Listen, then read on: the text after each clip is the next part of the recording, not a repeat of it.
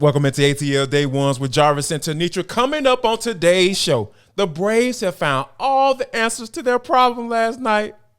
And we need to give him his flowers because you know what? We don't talk about two enough. And last but not least, and for the culture, it is a Raiola party down in Athens. We'll talk about all that next right now. ATL Day Ones. Let's go. This is ATL Day Ones, part of Locked On Sports Atlanta. And it starts now.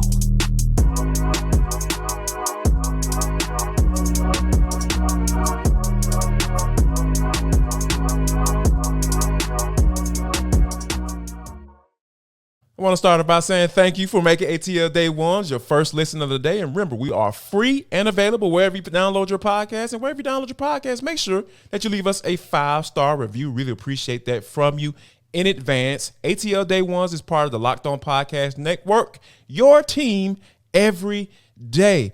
T, the Braves got the bats going last night to the tune of a 12-0 shutout. Oh my God, Uncle Charlie was on the mound, and the bats were just a humming. T, when you think of to the tune of 5 2-run home runs, when you think about that, T, like, with all of the things that the Braves have been dealing with as of late, with the Max Fried going down and Kyle Wright going down for 2 months. We were talking about how yesterday Alex Anthopoulos needs to pick up the phone. And we'll talk about a little bit later that he actually did pick up the phone. He listened to us. But the main thing for me, T, I feel like the Braves have found the answer to those problems, to those issues with their starting lineup. And that's just start mashing and just hitting the ball out of the ballpark. Well, before we talk about the amazing Braves and what they did last night, I want to know if somebody has done a wellness check on Cody Bradford, because I think he got a little shell shock. I'm headed to Dallas, Jarvis, in a couple days. If you all need me to do a wellness check in Arlington, I can do that, because I'm not doing well. What the Braves did to him was not nice. That's not what you do. You ain't gonna be able to recover for that one, T. It might be a wrap for Cody Bradford. Yeah. Like, dude, he was probably optioned back to the triple today.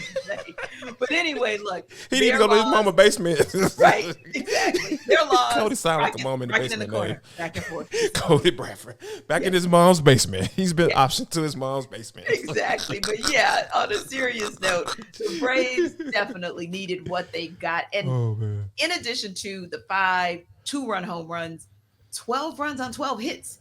Very, very efficient night for the Braves as well.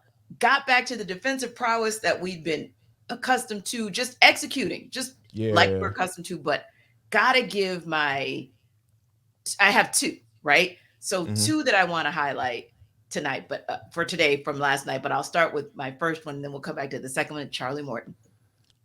Charlie Morton with a season high 10 strikeouts. Now, we talk about high leverage and low leverage situations, right? We were talking about on Sports Extra just a couple nights ago how, hey, AJ Minter is usually that guy you want to keep in low leverage situations. This was a high leverage situation for the very reasons that you just mentioned, which is a very depleted pitching rotation, even with the getting Derek Ramirez off of waivers with the Twins. Rodriguez, excuse me. Yeah. Still getting that person, that pitcher off waivers is still not quite the answer. And like you said, we'll talk about that more in a few minutes.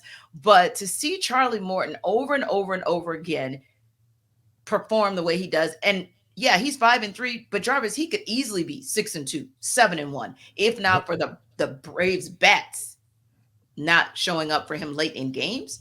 And other than that first start of this season, he's just been lights out. We're not talking about just 6 strikeouts, right? We're talking about 10 strikeouts. We're not just talking about that. We're also talking about just 1 walk. And you went 6 2/3 innings, which then allowed Danny Young to go 2 1/3, which then did what, Jarvis? Kept that bullpen intact. That's the kind of thing that the Braves are going to need to see over and over again from their pitching staff, until either one of 2 things happens, like we'll talk about trade possibility, or when Fried and or Wright get back.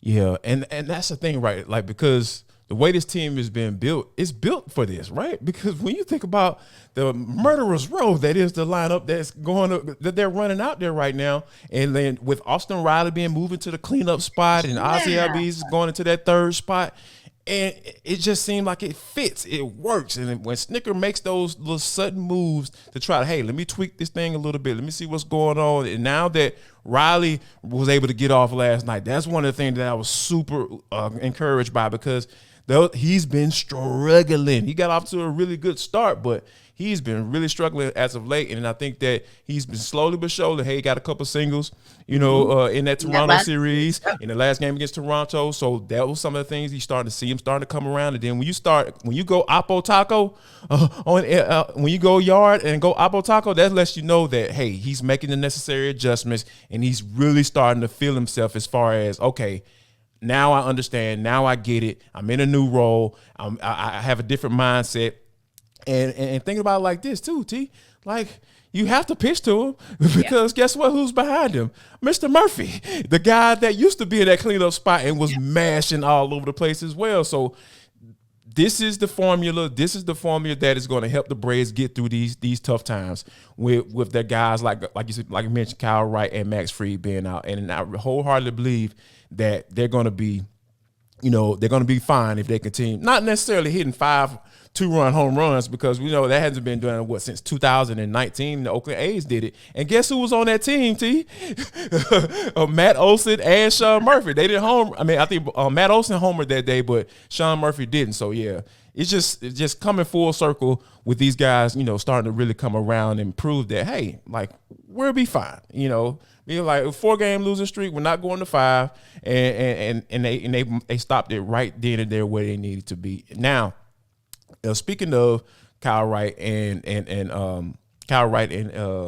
Max Fried, the Braves actually went out. And like I said, Alex Anthopoulos, he heard us. He listens to the show on a regular basis. He made that phone call. He said, you know what? Let me get a Mr. Derek Rodriguez. They claimed him off waivers from Minnesota Twins. And they're going to bring – he's been optioned to AAA. So that's another arm, T, that, hey, they can kind of – at the end of the day, they just need arms. As long as you're not going out there giving up 12 runs like a Mr. Cody Bradford, I think the Braves will be perfectly fine. I think so, too. At this point, it's just, hey, we'll just – if we can get what we need out of Charlie Morton and Spencer Strider and Bryce Elder, then we will patchwork it like today. They'll go with Jared Schuster to get a start tonight against Dane Dunning, and let's see how that goes. And we'll maybe trot out Dylan Dodd again one of these good days. And then, like you said, they've got Derek Rodriguez. Send him down to AAA first, kind of see what you're working with. And all of those things are really to patchwork what I talked about yesterday and what I believe Alex Anthopoulos is going to do, which is wait until you get closer to the trade deadline, where some of those teams that are probably looking to just kind of tank, rebuild, reset are more inclined to give away their guy without Alex Anthopoulos having to give away everything in the kitchen sink. So he talked about that yesterday on Dukes and Bell over at 92.9, how, he could make a big trade right now, but would it make sense? And so, of course, I was smiling. I was like, yep, that's what we said yesterday. But he talked about the fact that, he could do something small. And then, of course, the Derek Rodriguez pickup off waivers happened. And then, of course, the next thing is he said, hey, we'll still be looking, but we just want to do something closer to that trade deadline when maybe it's more favorable for the franchise. Absolutely. We know Alex is going to do his doggone job. He's been really good at it ever since he stepped through those doors up there in Sandy Springs. So I'm not too concerned. I know he's going to do what he needs to do to be able to get his team through, but those bats getting going like they did last night, that is going to be the biggest help in the most immediate and concrete way for the Braves to get through this thing like they need to. Now, T, we know that the Eastern Conference Finals and the Western Conference Finals are set. But there was one thing that I started to think about when it comes to how the teams that are in there, right? You got the legacy teams and the Boston Celtics and, the Los Angeles Lakers. And then the Miami Heat, they've been a team that's been pretty doggone good ever since Steve Spagnuolo.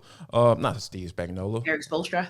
Eric Spoelstra, yeah. Like, what am I thinking about? Defensive coordinator? Football? Yeah, of course. What else would I be thinking about? But, yeah, Eric Spoelstra, since he stepped in that door, the Heat have been teams that have been talked about as far as contenders in the Eastern Conference. But I want to look at the Denver Nuggets. Like, now they've primarily built their core through of their roster through the NBA draft. And given how they were able to get here, Like, do you think that the NBA wants the Denver Nuggets to win an NBA title? So give some of these other teams that been middling around at the bottom of the league for years and like, hey, all you gotta do is draft well, and you can compete for an NBA championship. Yeah, I don't think any league is really overly concerned about a mid-market team pulling up on the championship. That's just a reality, because that's not a revenue generator. And I'm going to take it over to hockey. Like, hockey was sick when all of the Canadian teams tapped out. Hockey was sick when the New Jersey Devils tapped out, when the Islanders tapped out, when the Boston Bruins, best ever regular season record, and they get booted out. The reason I mention that is because that's bad for hockey. That's bad for the average, like, pedestrian hockey fan who's like, I don't even know Carolina had a team. So I say that to say the Nuggets aren't exactly the most exciting or the sexiest team. Kind of reminds me of back in the Spurs days, right? Yeah. Where that wasn't a good look for the league. It really wasn't. When that was at a good look for Pop, but that's about it. Exactly. There it is. And San Antonio. Yes, exactly. The thing that made those championships runs most compelling, honestly, was the fact that it highlighted the tanking process that kind of started with Tim Duncan. And it also sometimes had them matched up against, like you said, the heavy hitters. So no, I don't think that's what it is. I think that although I didn't make Celtics Lakers my pick, I chose Celtics Nuggets. But I do think either one of those teams or both of those teams in that title game in the finals, that's the best look for the association. Because when you have a legacy team, you're always going to get casual fans and fans that rock with you each and every day to come through. So no, they really want that Celtics Lakers. That's what they really want. Because also, whether you love him or hate him, LeBron James brings eyeballs. And if he's back in the finals with that Lakers team that was patchwork at best, shout out to Darvin Ham for doing an amazing job on the sidelines. But like that patchwork team that now is on the cusp of going to an NBA final, like that's really very impressive. So no, we know what the association wants. They want that West Coast and they want that East Coast. Or at least one of the teams has to have one of those markets. You know what I mean? So it'll be just fine if they can't get both. But I think it kind of gives me somebody who, is a fan of a team and covers a team that not necessarily everybody cares about for real. It gives me kind of hope. Like, all right, the Hawks drafted most of their guys too, and they're trying to get there and trying to get over the hump. So, the Denver Nuggets give me hope, T. So that's what I'm gonna stand on. But I wholeheartedly agree. Can I just say it? Like, I hear what you're saying, but real talk. What brought the attention and the energy to the Hawks? DeJounte Murray. He was acquired. I still think if the Hawks want that kind of smoke and they want that kind of energy and attention, they're going to have to make a big splash in free agency, because quite honestly, 1, 2, maybe 3 of the guys that they've drafted in the last 5 years, and if you kick in Kevin Huerter, maybe 4 to 5 of the guys they've drafted in the last 5 years, they might be gone this summer, and maybe they should. Just had to throw that in. Well, thank you for bursting my bubble today. How about that, T? I appreciate you. So I got to move down. It's okay. It's okay. Like I can lay on the couch, for today. That's okay. I put you on the couch sometimes, but it's okay. I'll take that L today. It's all good. But anyway, guys, coming up in 60 seconds, we finally gonna talk about 2, and you know who we're talking about.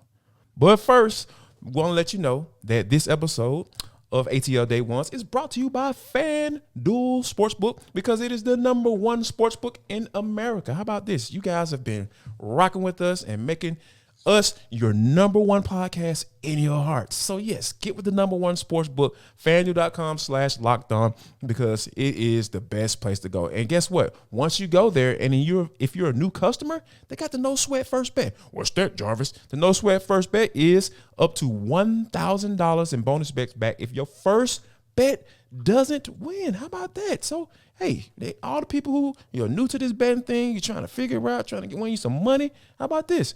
Go there, and they got the no sweat first bet right there waiting just for you. Now, how can I do this? Or what can I do on this thing, man? They got the money line. They got the over-unders. They got the threes drained. They got all this stuff. The NBA playoffs are popping. We just started talking about the Eastern Conference Finals and the Western Conference Finals. They are already rolling. So guess what? Tonight, it's getting ready to start tonight. The Denver Nuggets and the Lakers is about to go down. So all you got to do is go to FanDuel.com/lockedon and check out, what they have going on and take advantage of the no sweat first bet, because guess what?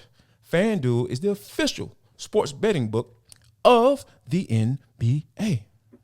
So yesterday we got the word from CBS Sports themselves that Matt Ryan would be joining their team. He'll be an in-studio analyst, but he'll also go on the road for some of their games. Not sure which broadcast team he'll be with quite yet, but we do know he'll be on the road and in studio. And as we mentioned yesterday, you and I have covered Matt Ryan for years, and so we know that this is absolutely a good look. Can't wait to hear him in the booth because he's a very cerebral guy, right? So, and it's interesting because he also he retweeted what CBS sent out, but it was a quote tweet because it was just a reminder that, hey, I'm not retiring, translation, because, hey, Colts, you could owe me up to $12 million, and I'm not about to let that money sit on the table for you. So I'm going to keep my options open in case I get that call sometime during the season. Smart guy, not shocked because, like we said, he's a very cerebral guy. But as excited as we were about this new opportunity for two,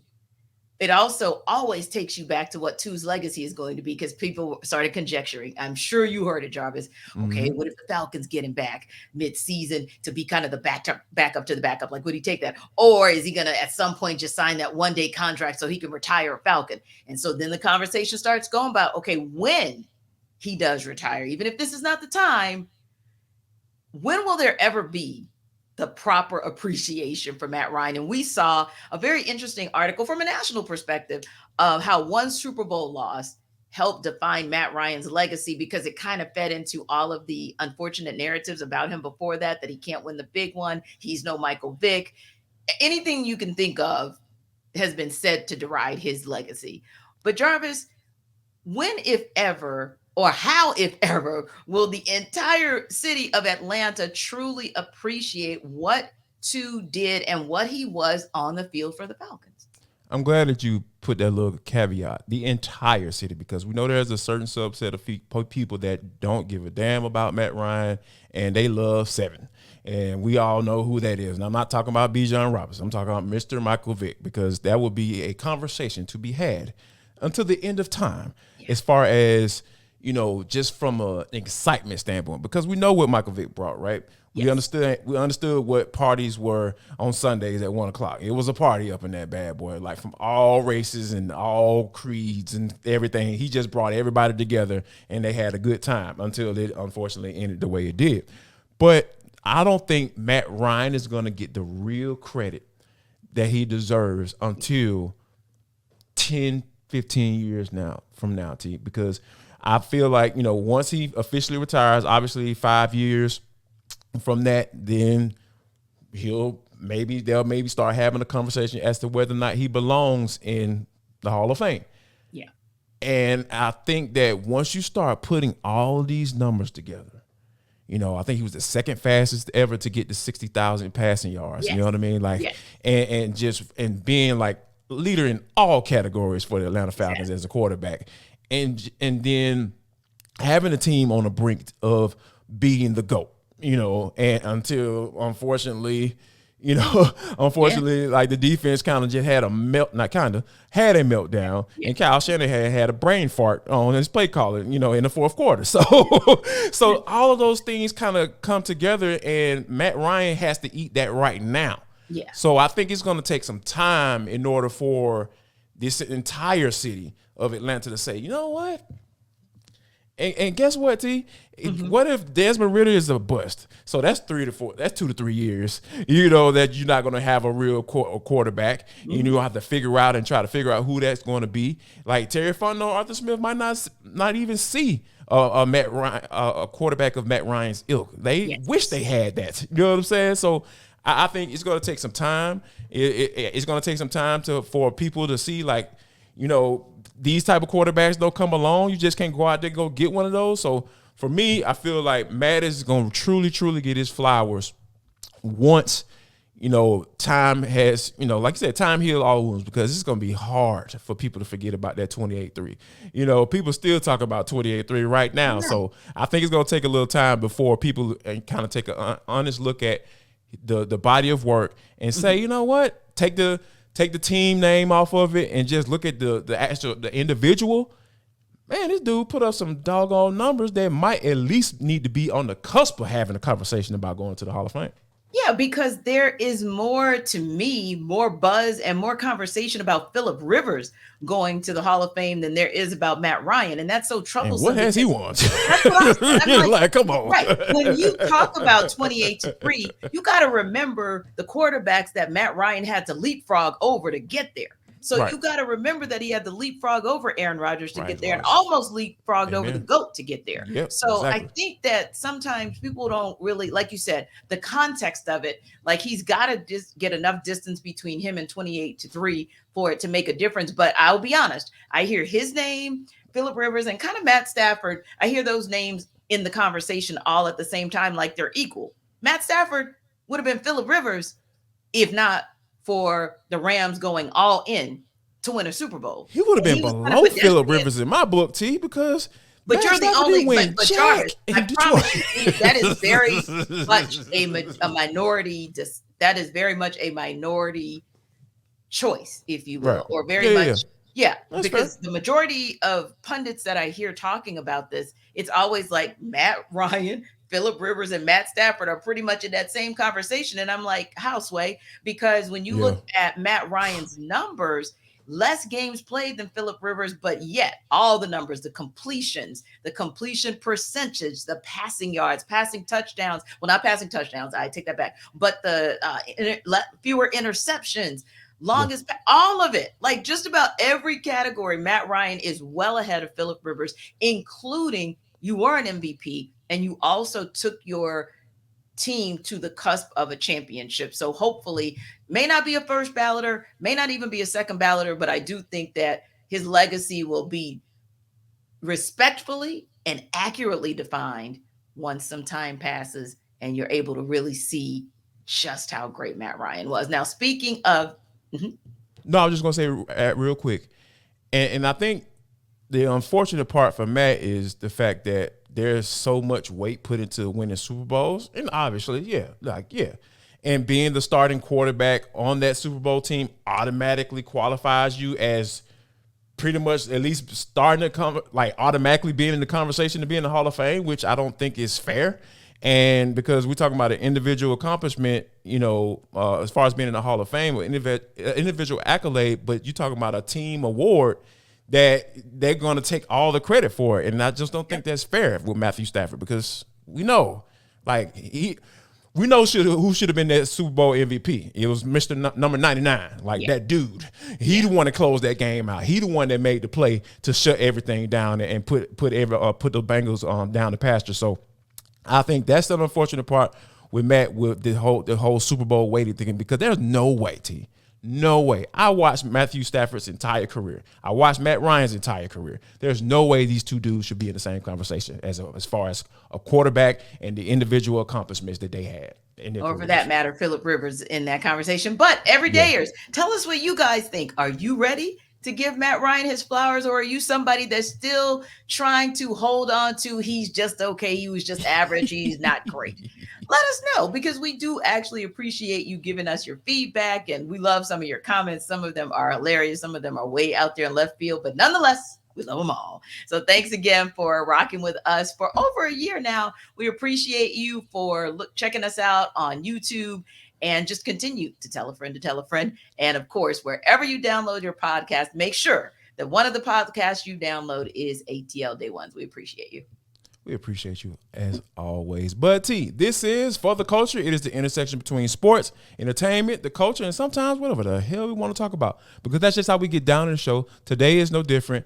The number one prospect, T, in the 2024 recruiting class, Dylan Raiola, has committed to the Dogs. He announced it on Twitter, because that's kind of how the world works today. And apparently it wasn't as tough a choice between UGA, Lincoln Riley, and USC, and Nebraska. And some maybe thought because of relationships, the decision for Raiola. Now, T, when you think about, today's college football game as far as recruiting and how important relationships are and how Kirby Smart connects the dot with so many people because he sent so many players to the league and how this deal in Raiola came about, like how important are relationships from a recruiting standpoint and to be able for the Georgia Bulldogs to be able to get a guy like this. Now, I know some people may say, hey, the back-to-back national championship did it.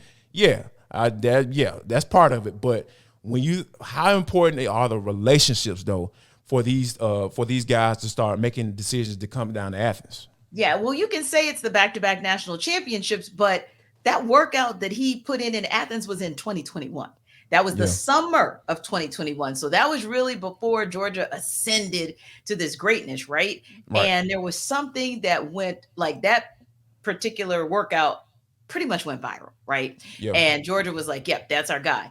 But he was a little bit hesitant because he didn't know, was Arch Manning going to sign with Georgia? Was Arch Manning not going to sign with Georgia? So, of course, he makes sort of a safe decision and goes with Ohio State. Not a bad deal. Ryan Day is good for quarterbacks. It's all good. But when he starts talking and continues to have conversation with the likes of Mike Bobo, who, if I'm not mistaken, Coach Matthew Stafford. There's that connectivity. Mm-hmm. Matthew Stafford is his godfather, and there's that connectivity. Then there's a gentleman that, of course, his dad played with Matt as well. And then there's a gentleman, Dominic Raiola, right? So you've got that with the Detroit Lions for 7 years. And then you've got the individual who I believe played with them as well, who's been on the Georgia staff for a couple of years, very, very connected to Raiola as well. So all of those moving parts came into play. And yeah, his uncle does coach for Nebraska.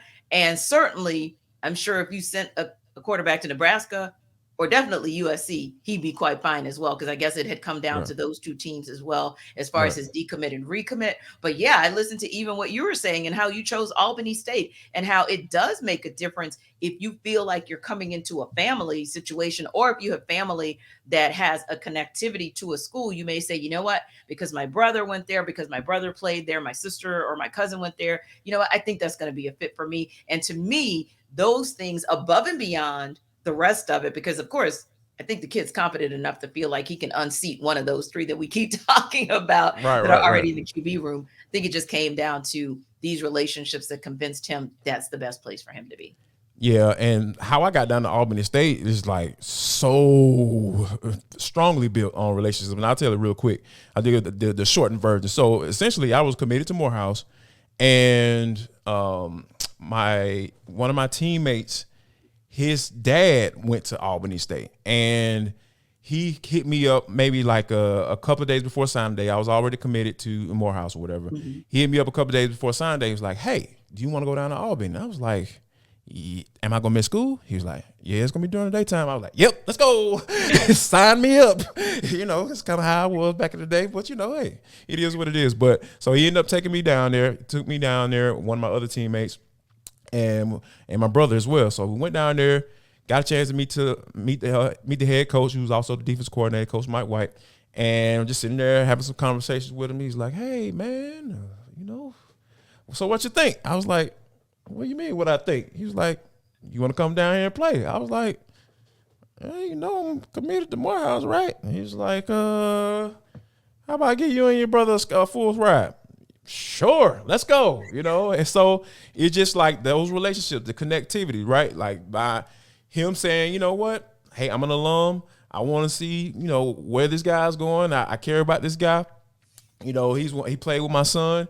I'm like, let me see if you want to go down there. And then, boom, exactly how it happens. And I think that Dylan Raiola ended up being the same exact way when you talk about those relationships and how the connectivity and it can work out for. But, yeah, I think that this is going to be interesting. Because I feel like, to be honest with you, T, I feel like Mike Bobo is not impressed about the quarterbacks that are in that room right now. Yeah. So, yeah, for them to get a guy like this kind of I really feel like it speaks to that. So, yeah, I'm excited about Dylan Raiola. Out of that room. There's going to be some transferring going on right now. Yeah, exactly. But, yeah, Brock Vandergrift, maybe not Carson Beck, but other two, they're probably looking and thinking, oh, my God. But, we hear more about the story. We certainly will bring it to you guys because, hey, that's what we do here. We love to get you guys not just up to date on what's happening in Atlanta, but also to give you guys our take on it. So can't wait to talk to you guys tomorrow. Will Ronald Acuna Jr. keep raking in that leadoff position?